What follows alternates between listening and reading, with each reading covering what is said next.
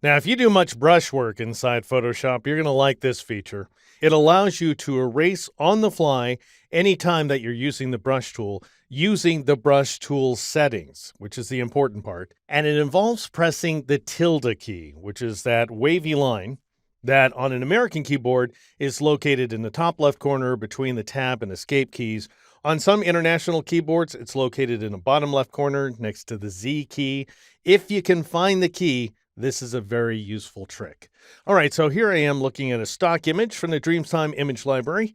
Now, I could paint directly on this pixel-based background, but if I do, I'm not really going to be able to show off the erase function. So what I'm going to do instead is create a new layer by pressing Control-Shift-N or Command-Shift-N on the Mac, and I'll go ahead and call this guy Paint and press the Enter key or the Return key on the Mac.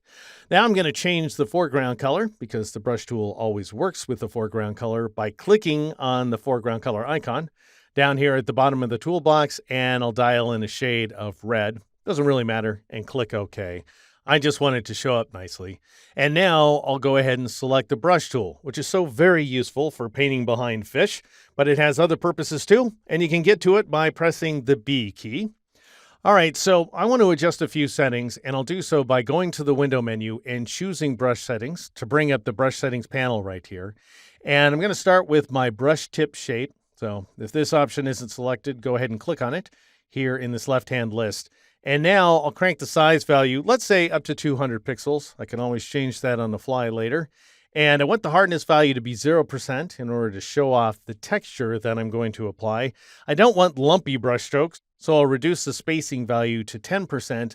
And I think I'll go ahead and reduce the roundness value as well. I'll take it down to 50%, and then you can change the angle by dragging on this little widget.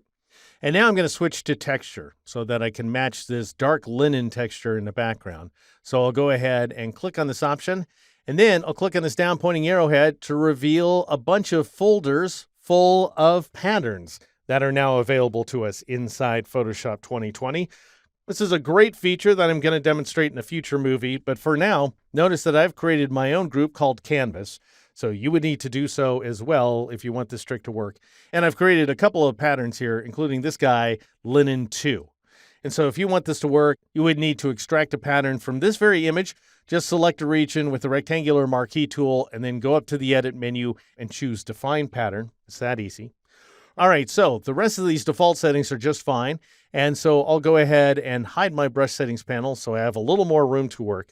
And now, armed with a Wacom stylus, although you don't need one, you could just brush with a mouse if you like, I'm going to paint a pressure-sensitive brushstroke like this one right here that has these nicely textured edges going on. And I'll go and zoom in so we can better see what's going on where those edges are concerned. And if I wanted things to blend a little better, I could change the blend mode for this entire layer from normal, as by default, to something like screen, since we're working with a very dark background. All right, now let's say I was to switch to the eraser tool, either by selecting it from the toolbox or by pressing the E key, or because I'm using a Wacom stylus, I could just flip the stylus and paint with the eraser like so. Notice that I am painting an entirely different kind of brushstroke because I'm using the eraser tool settings. So I have a hard edge, for example, as by default, and I have no texture. That's not what I want, however. I want to erase with the brush tool. So I'll go ahead and press Ctrl-Z or Command-Z on the Mac to undo that brushstroke. And instead, I will press and hold the tilde key as I paint with my stylus or mouse, could be a mouse as well. And notice now I end up erasing with those exact same settings. So without the tilde key, I just go ahead and brush in that red brushstroke. And with the tilde key, I erase it like so. Now, I love this feature. It's obviously very useful, again, if you can find the key. My biggest problem with it, though, is I gripe about this all the time. I am left-handed, which means I have to cross my arms over in order to take advantage of this feature. And so if you're left-handed as well and you actually paint with your left hand, I know so many left-handers that mouse with their right hands instead. I don't know how they do it, but if you're a lefty all the way, I feel your pain. All right, one more thing I want to show you. I'll go ahead and turn this paint layer off and I'll select the background. I just want you to see that it's different if you're painting on a layer that already includes pixels. So here, I'll just go ahead and paint And notice I'm not getting any interaction this time. And that's because the blend mode up here in the options bar is set to normal. If I wanted interaction, then I would undo that brush stroke and change the mode to screen once again, because I'm painting a static brush stroke. And now I will paint in a brush stroke like that. Thing is, if I now turn around and erase by pressing the tilde key as I paint, then I'm not really going to erase.